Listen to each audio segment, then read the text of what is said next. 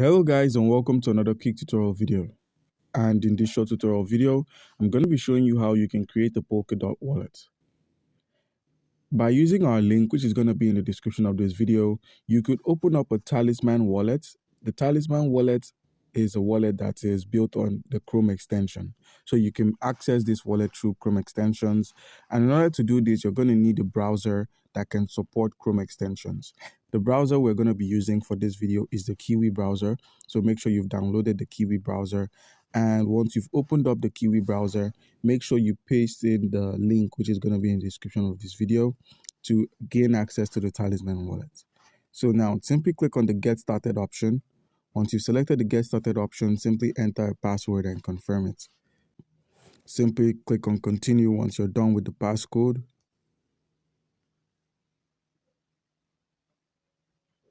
Simply click on I agree. And then we're going to be creating a new Polkadot wallet as we do not have one. You can also import any existing Polkadot wallets you have, and you can connect them to ledgers and Polkadot vaults. So let's go with create new account. Click on new Polkadot account, create new Polkadot account, click on it, and then simply give it a name. So let's go with Polkawallet. You could give it any name of your choice. Once you're done there, simply scroll through and click on create. Okay, and you're going to be shown your recovery phrase, which you could simply copy to clipboard.